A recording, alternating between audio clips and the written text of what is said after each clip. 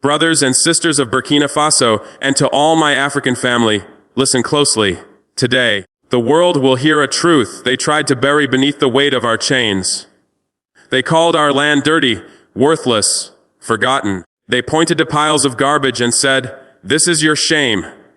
But I tell you, that garbage was never our shame, it was theirs. Their greed, their poison, their centuries of using Africa as the dumping ground for their waste and their lies. But now, with the strength of our hands and the fire of our hearts, we will transform that place of filth into a land of glory. A place so beautiful it will silence the West and inspire the world. For too long, others have written Africa's story, and they wrote it to keep us small. They told our children, "You are poor because you cannot manage your land." They told the world, "You are weak because you cannot create beauty." But beauty does not come from the West. Beauty comes from the heart of a people who refuse to bow, and that is why we will turn this land they left for dead into a living paradise, a jewel the world will travel to see. Because Africa creates, Africa builds, and Africa rises. This is not just about roads, hotels, or parks. This is about reclaiming our dignity. The same soil they used for dumping will bloom with gardens, rivers, and life. Tourists will not come because of Western advertisements. They will come because Africa will finally speak for itself. They will walk on streets built by our engineers, eat food cooked by our mothers, hear music born from the hearts of our youth, and see a land that no longer accepts the role of a servant. And when they return home, they will tell the truth that Africa is not a place to pity, but a place to admire. Make no mistake, the West will not clap for us. No, they will tremble. They will say we cannot do it without their money, their permission, their so-called aid. But aid is the chain they use to bind us, and we will break it. We will fund our vision with our own hands, our own genius, our own unity. They will try to sabotage, to bribe, to deceive. But the age of bowing to foreign masters is over. We will build this place with the sweat of our farmers, the vision of our architects, the courage of our youth, and the prayers of our elders. And when it is complete, it will be more than a tourist site. It will be a monument, a living declaration that Africa is no one's dumping ground. It will stand as proof that the African spirit can lift the lowest place to the highest honor. Our children will walk proudly through gardens where there was once rot. Our elders will rest beneath trees that stand as tall as our pride, and the world will finally see. Africa does not wait for permission to rise. Africa rises because Africa decides to rise, and we have decided. They said the sight of garbage in our land was proof that we were incapable of building a clean and dignified nation. But what they never admit is that much of that garbage did not come from us. It came from them.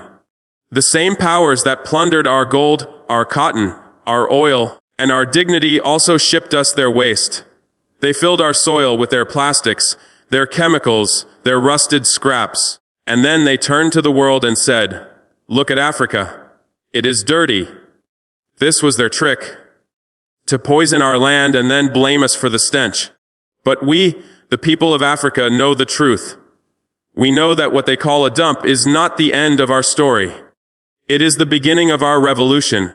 That place they see as worthless is a battlefield where we will prove our strength. We will plant life where they left decay. We will raise buildings where they left rubble. We will bring music and laughter where they left silence. And when the world sees the transformation, they will understand. No place is too broken for the African spirit to heal. No soil is too poisoned for African hands to restore. And no insult is strong enough to bury the pride of a people who refuse to stay down.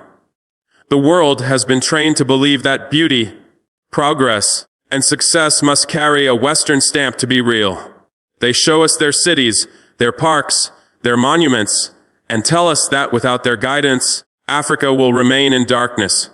But beauty does not belong to them. It cannot be patented or sold back to us at a high price. Beauty is born from the heart of a people who refuse to bow, who see value in their own soil, their own culture, and their own vision.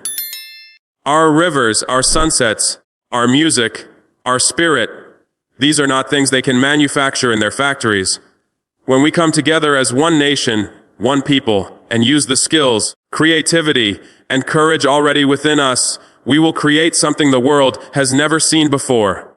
This transformation is not to please the West or to win their applause. It is to remind ourselves and our children that greatness flows through our own veins. Every stone we lay, every garden we plant, every street we build will carry the mark of African hands and African dreams. And when the world comes to see what we have built, they will not be stepping into a copy of Europe or America. They will be stepping into the living soul of Africa. When we take back land that has been abandoned, ruined, or buried in waste, we are not just building walls or planting trees. We are reclaiming our dignity. For too long, outsiders have told the story of Africa in ways that keep us small, showing only the broken roads, the polluted rivers, the forgotten villages. They never show the potential, the power, the possibility that lives in our soil and in our people. By transforming these forgotten places, we are tearing apart the lies that have been told about us for generations. We are writing our own story, a story of rebirth, pride, and unstoppable strength. Every repaired street is a declaration that we will no longer walk in the dust of neglect. Every market, every park, every shining building stands as proof that we can create beauty and dignity without asking permission from anyone. This is not just construction. It is resistance. It is a bold rejection of the colonial lie that we must remain dependent to survive. As we rebuild our cities, we are also rebuilding the pride of our children. So they grow up seeing a homeland that inspires them, not one that shames them. Our land itself becomes a mirror, reflecting the truth that we are the authors of our own destiny. The image of Africa the world will see is no longer the one written for us, but the one we choose to create. They come to us with smiling faces and words of friendship, offering, wrapped in promises of help. But hidden inside is the chain of control. They never give without taking more in return. They call it development, yet their money comes with conditions that steal our independence and force us to dance to their tune. This so-called aid is not a gift. It is a leash, and as long as we hold on to it, we will never walk freely. That is why this transformation will not be funded by their pockets, but by our own strength. We have the resources, the intelligence, the skills, and the willpower to create something extraordinary without asking for permission or approval. Our farmers grow the food. Our miners bring the minerals. Our craftsmen shape the materials. Our engineers design the future. Everything we need is already here, in Africa. When we build with our own hands and our own minds, no one can claim ownership of our success. No one can dictate how we live, and no one can ever take it away. This is how true freedom is built, not with money that comes with strings, but with the united effort of a people determined to rise on their own terms. And when this transformation is complete, the world will see what they never expected: beauty rising from what they once called a place of shame. Streets once covered in waste will shine with life. Gardens will bloom where nothing grew before. The air will be filled with music, laughter, and trade. Visitors from every corner of the globe will come, not because of a glossy Western brochure, but because the story of what we built will speak for itself, the story of a people who refuse to accept defeat. This place will not just be a tourist destination. It will be a living monument to African resilience, proof that no insult, no stereotype, and no history of exploitation can stop us from shaping our destiny. Children will walk here knowing they are the heirs of builders, not beggars.